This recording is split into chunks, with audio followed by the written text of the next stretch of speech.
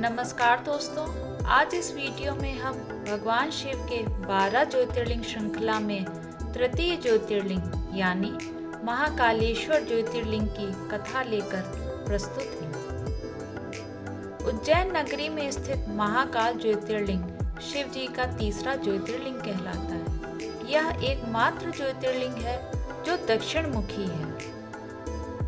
महाकाल ज्योतिर्लिंग से जुड़ी कथा शिव पुराण में इस प्रकार से वर्णित है। शिव पुराण के कोटि रुद्र संहिता के 16वें अध्याय में तृतीय ज्योतिर्लिंग भगवान महाकाल के संबंध में सूत जी द्वारा जिस कथा को वर्णित किया गया है उसके अनुसार अवंती नगर में एक वेद कर्मठ ब्राह्मण रहा करते थे। वे अपने घर में अग्नि की स्थापना कर प्रतिदिन अग्निहोत्र करते थे और वैदिक कर्मों के अनुष्ठान में लगे रहते थे। भगवान शंकर के परम भक्त वह ब्राह्मण प्रतिदिन पार्थिव लिंग का निर्माण कर शास्त्र विधि से उसकी पूजा करते थे। हमेशा उत्तम ज्ञान को प्राप्त करने में तत्पर उस ब्राह्मण देवता का नाम वेदप्रिय था। वेदप्रिय स्वयं ही शिव जी के अनन्य भक्त थे, जिसके संस्कार के फल स्वरूप उनके शिव पूजा परायण ही 4 पुत्र हुए। वे तेजस्वी तथा माता पिता के सद्गुणों के अनुरूप थे। उन 4 पुत्रों के नाम वेदप्रिय, प्रियमेधा, संस्कृत और सुव्रत थे। उन दिनों रत्नमाल पर्वत पर दूषण नाम वाले धर्म विरोधी एक असुर ने वेद, धर्म और धर्मात्माओं पर आक्रमण कर दिया। उस असुर को ब्रह्मा से अजेयता का वर मिला हुआ था। सबको सताने के बाद अंत में उस असुर ने भारी सेना लेकर अवंती यानी उज्जैन के उन पवित्र और कर्मनिष्ठ ब्राह्मणों पर भी चढ़ाई कर दी। उस असुर की आज्ञा से 4 भयानक दैत्य चारों दिशाओं में प्रलय काल की आग के समान प्रकट हो गए। उनके भयंकर उपद्रव से भी शिव जी पर विश्वास करने वाले वे ब्राह्मण बंधु भयभीत नहीं हुए। अवंती नगर के निवासी सभी ब्राह्मण जब उस संकट में घबराने लगे, तब उन 4 शिव भक्त भाइयों ने उन्हें आश्वासन देते हुए कहा, आप लोग भक्तों के हितकारी भगवान शिव पर भरोसा रखें।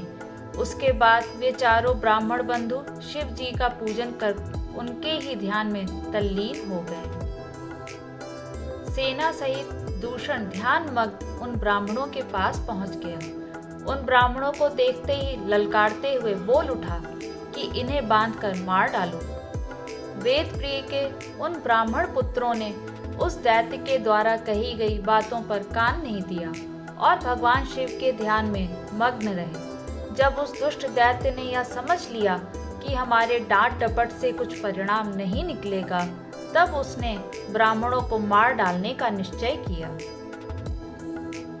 उसने ज्यों ही उन शिव भक्तों के प्राण लेने हेतु शस्त्र उठाया, त्यों ही उनके द्वारा पूजित उस पार्थिव लिंग की जगह गंभीर आवाज के साथ एक गड्ढा प्रकट हो गया और तत्काल उस गड्ढे से विकट और भयंकर रूपधारी भगवान शिव प्रकट हो गए। दुष्टों का विनाश करने वाले तथा सज्जन पुरुषों के कल्याणकर्ता वे भगवान शिव ही महाकाल के रूप में इस पृथ्वी पर विख्यात हुए। उन्होंने दैत्यों से कहा, अरे दुष्टों, तो जैसे हत्यारों के लिए ही मैं महाकाल प्रकट हुआ हूँ। इस प्रकार धमकाते हुए महाकाल भगवान शिव ने अपने हुंकार मात्र से ही उन दैत्यों को भस्म कर डाला।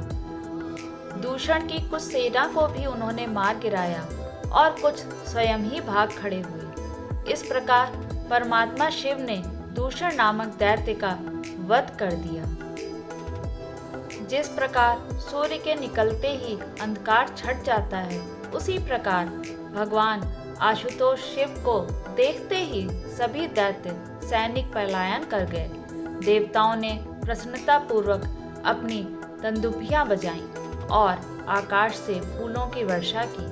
उन शिव भक्त ब्राह्मणों पर अति प्रसन्न भगवान शंकर ने उन्हें आश्वस्त करते हुए कहा कि मैं महाकाल महेश्वर तुम लोगों पर प्रसन्न हूँ, तुम लोग वर मांगो। महाकालेश्वर की वाणी सुनकर भक्ति भाव से पूर्ण उन ब्राह्मणों ने हाथ जोड़कर विनम्रता पूर्वक कहा, दुष्टों को दंड देने वाले महाकाल शंभो, आप हम सबको इस संसार सागर से मुक्त कर दें। हे भगवान शिव, आप आम जनता के कल्याण तथा उनकी रक्षा करने के लिए यहीं हमेशा के लिए विराजिए। प्रभु, आप अपने दर्शनार्थी मनुष्यों का सदा उद्धार करते रहें। भगवान शिव ने उन ब्राह्मणों को सद्गति प्रदान की और अपने भक्तों की सुरक्षा के लिए उस गड्ढे में स्थित हो गए। उस गड्ढे के चारों ओर की लगभग 3-3 किलोमीटर भूमि लिंग रूपी भगवान शिव की स्थली बन गई। ऐसे भगवान शिव इस पृथ्वी पर महाकालेश्वर के नाम से प्रसिद्ध हुए। हर हर महादेव। ओम नमः शिवाय। धन्यवाद।